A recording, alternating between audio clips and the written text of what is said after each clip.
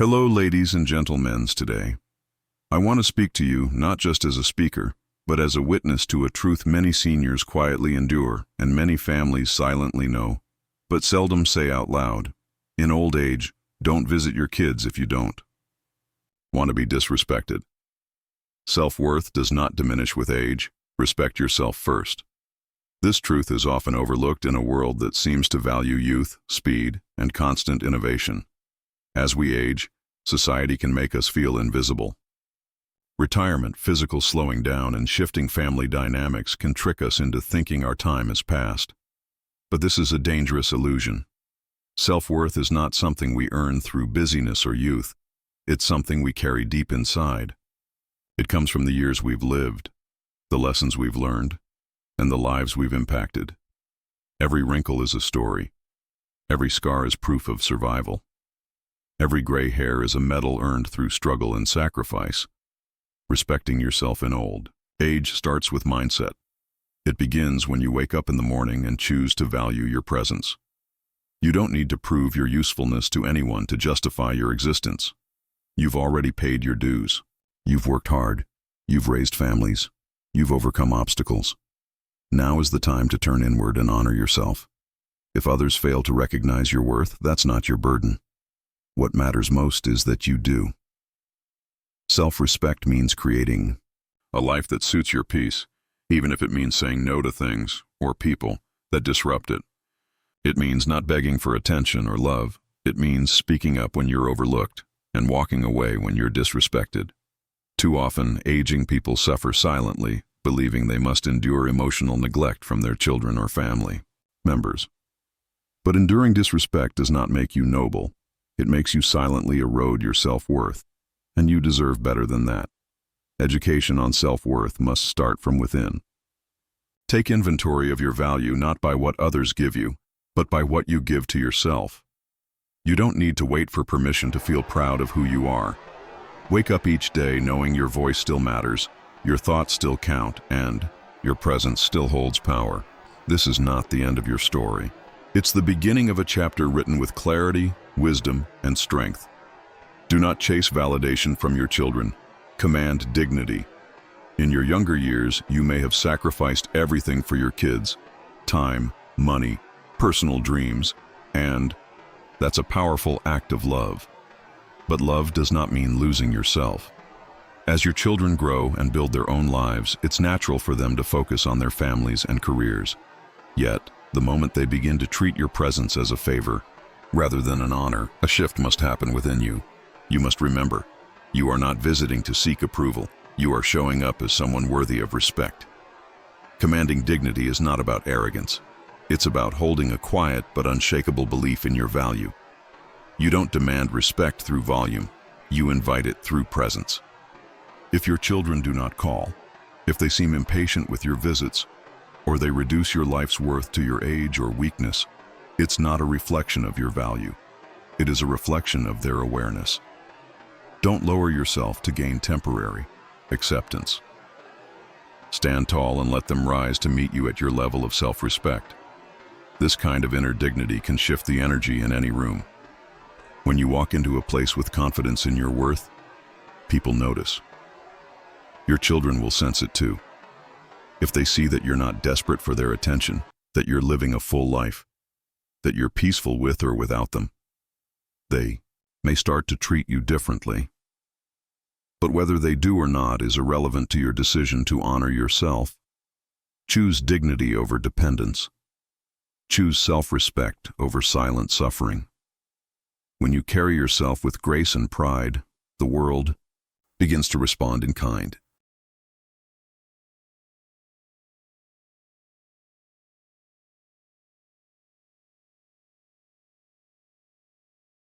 Aging should not mean surrendering your independence or pride. As we grow older, the world around us often starts assigning labels that diminish who we are. People assume that aging equals weakness, that the passing of years somehow strips away our ability to make decisions, to live with purpose, or to maintain control over our lives. But the truth is, your independence is not only still alive, it's more important than ever. Independence doesn't just mean being physically able to do things on your own. It means holding on to the power of your choices, your routines, your voice, and your freedom. You've spent decades navigating life's challenges, raising children, building a career, surviving loss, adapting to change. That experience gives you wisdom, and wisdom gives you strength. You are not someone to be managed, you are someone to be respected.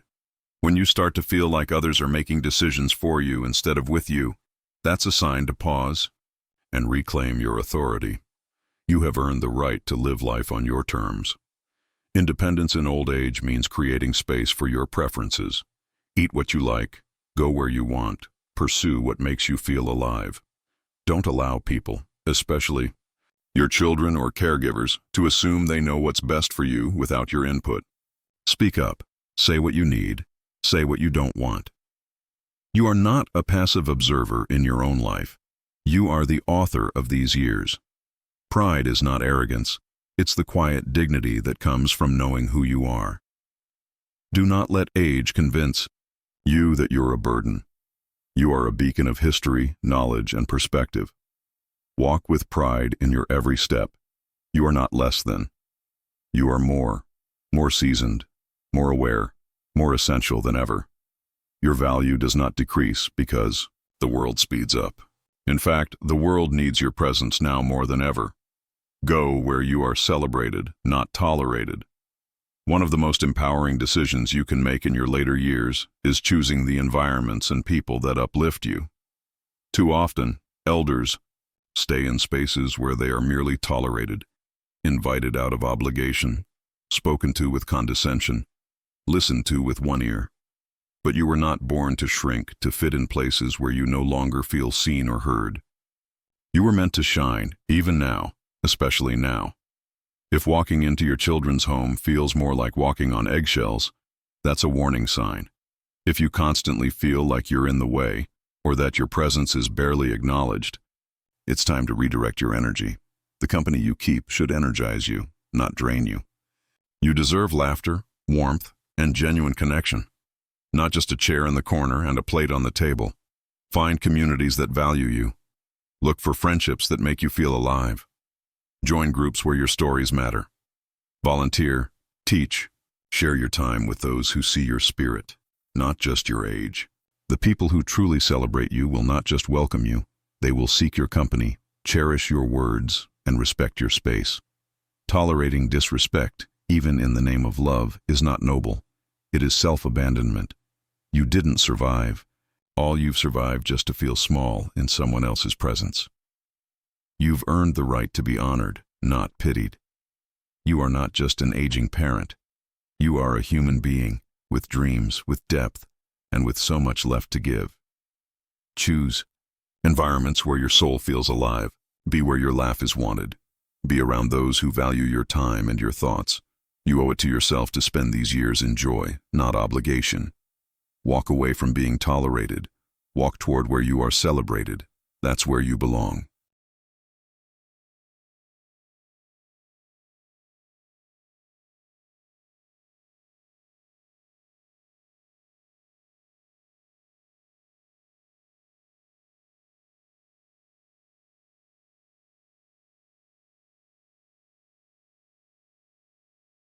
Rediscover life through new activities, friends, and passions.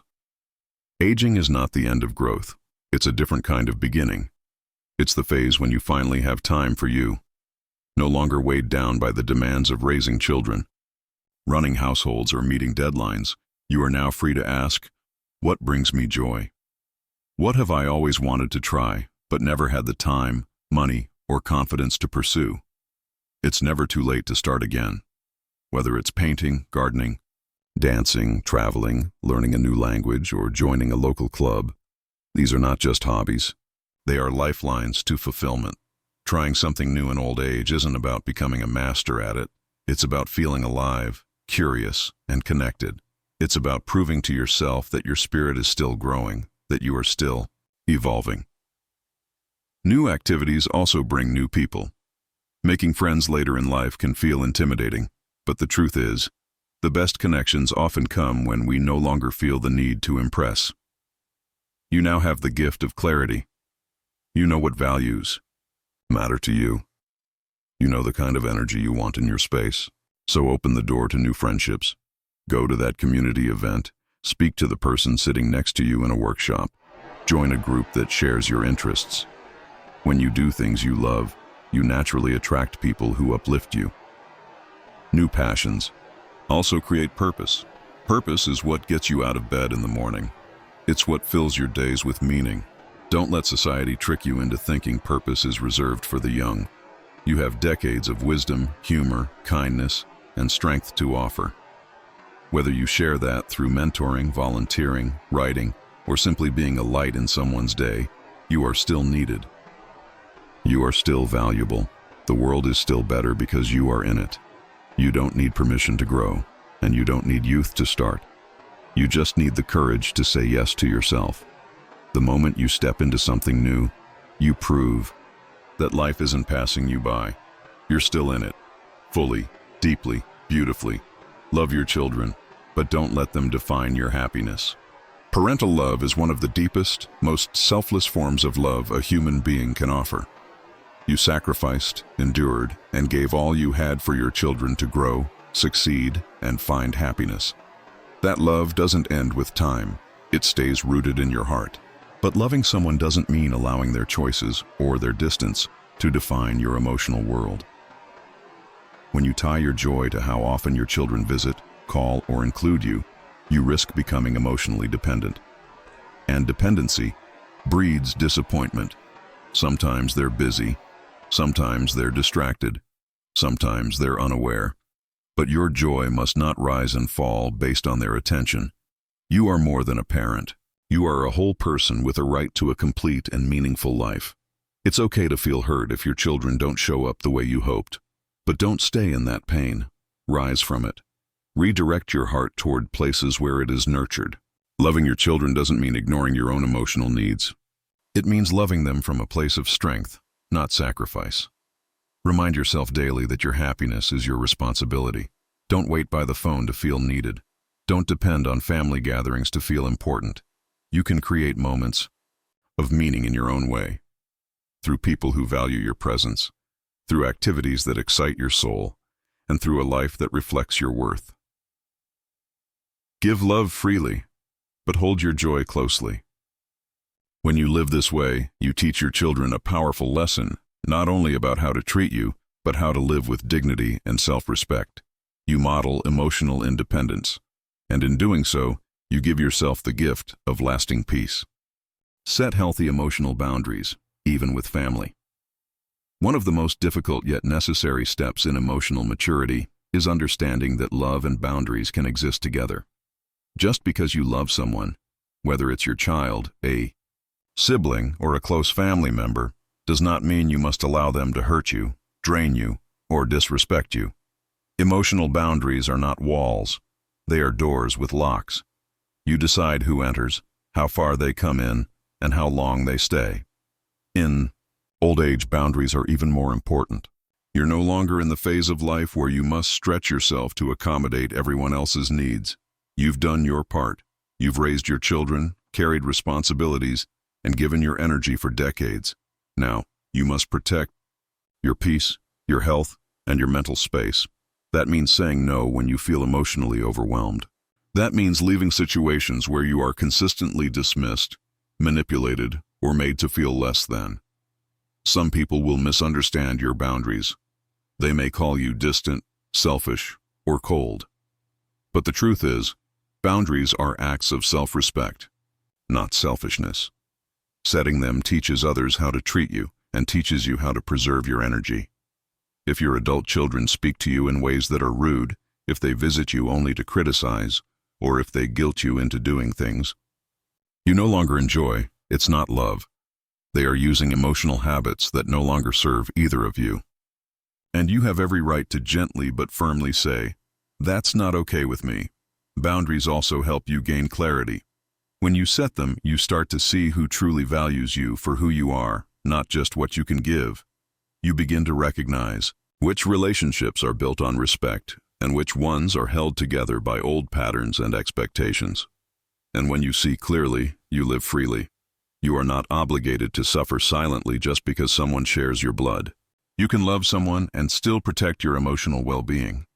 Let your later years be guided by self-awareness, not emotional obligation. Stand firm in what brings you peace. Say yes to kindness and connection, and no to guilt and manipulation. You've earned that right. Your spirit, your heart, and your mind deserve rest, joy, and sincerity, not stress or sacrifice. Boundaries are your way of drawing a line around your worth and refusing to let anyone, no matter how close, cross it without respect. Prioritize peace, purpose, and joy in your golden years. These are not luxury emotions. They are the foundation of a meaningful life. You've spent decades working hard, putting others first, and navigating storms that no one may even know about. This is your time to breathe deeper, to smile more, and to live lighter. Peace is not the absence of problems. It is the presence of inner calm, regardless of the chaos around you. You create peace when you stop trying to control others and start taking full control of your own reactions. You find peace when you accept that some people will never change, and you let go of the hope that they will be who you wish them to be. Peace is about choosing your battles and often choosing not to fight at all. It's about silence, prayer, nature, music, and anything that reminds you of the beauty of being alive. Purpose is the next piece. Just because you're not working anymore doesn't mean you don't have work to do. Your purpose now may be different. It may be encouraging younger people, nurturing your health, deepening your faith, creating art, writing stories, or simply being a joyful presence in the lives of those around you. Purpose is not a title or a role. It's a reason to get up in the morning with a full heart. And joy, pure, unfiltered joy, is the reward for honoring yourself. It comes in small things: a walk in the sun, a warm conversation, a favorite meal, a good laugh. You don't need anyone's permission to feel joy. You just need to stop postponing it. You've waited long enough for everyone else's lives to settle. Now it's your turn to live. Peace, purpose, and joy don't just happen. You build them, protect them, and prioritize them. Start today. You are not too old to be happy. You are right on time.